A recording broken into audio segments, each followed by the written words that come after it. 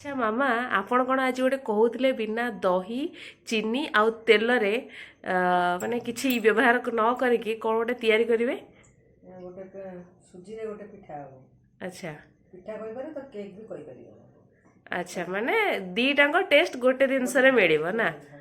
तो चलतु देखी नवा किपरि तैयारी होछि आ ता पई कौन कौन दरकार।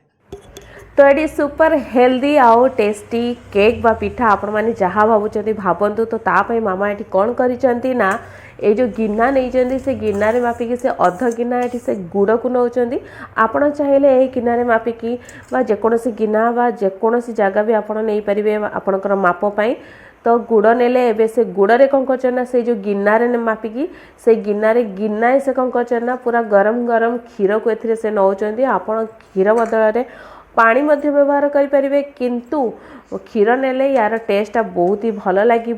तो एठी कौन करना गरम क्षीर दबा द्वारा कौन हम ना गुड़टा आमर तादे भल भाव मेल्ट हो। एबे आमे ये सब को कौन करना गुड़ सांगे क्षीर को धीरे धीरे मेल्ट कर नौचु बा गोले नौचु आउ या 10 मिनिट पर्यंत मेल्ट होगापाई छाड़ीदे। 10 मिनिट पर देखंतु गुड़ आमर भल भाव क्षीर सांगे मिसी जाइए। एबे आमे कौन करवा ना जो आउ गोटे जगह नौ मामा आउ तादर गोटे चा छणा को रखुंट आउ से जो गुड़ आउ क्षीर को से भल भाव छाणी नौ कौन ता द्वारा कौन हम ना जहाँ भी अड़िया गुड़े थी से सब बाहरी जीव। आउ एबे कौन करेंगे ना तापरे से किसी सुजी नहीं से गिनारे मापिकी गोटे गिना से सुजी नहीं आपण पाखे जदि बड़ दाना सुजी थी ताहले आपण मिक्सचर जार 2 ରୁ 3 थर घड़ घड़ करदेले बा ग्राइंड करनेले से छोट दाना हो।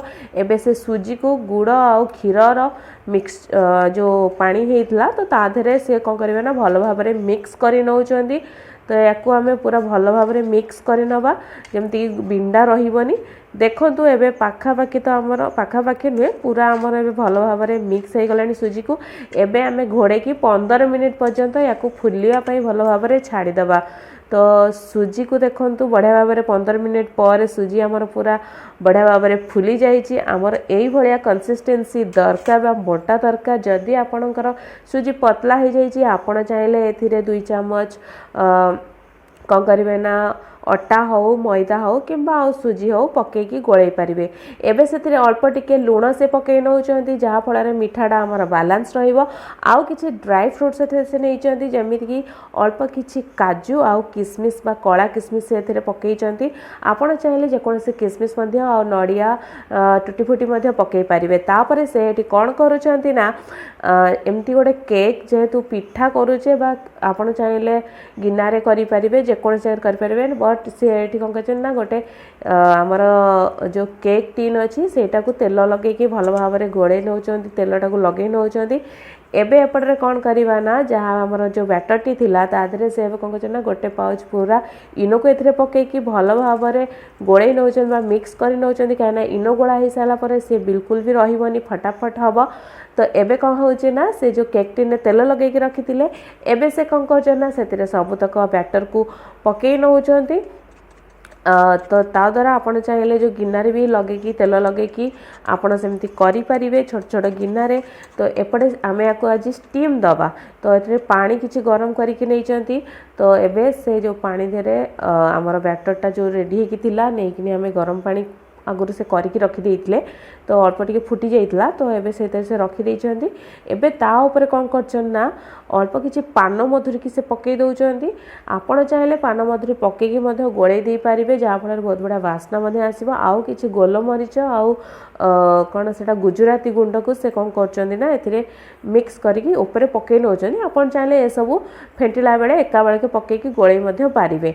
एबे या कौन कर बंद करके पूरा कम आंचरे 30 मिनिट पर्यंत से रखी नौ सिझापी छाड़ी दौरान। देखो 30 मिनिट पर से करके देखुं गोटे कणा करके देखुं देखो पिठाटा आमर पूरा भल भाव हो जाइए आप केक कहींपारे। या आम पूरा अध घंटा छाड़ीदे ठंडा हाँपाई।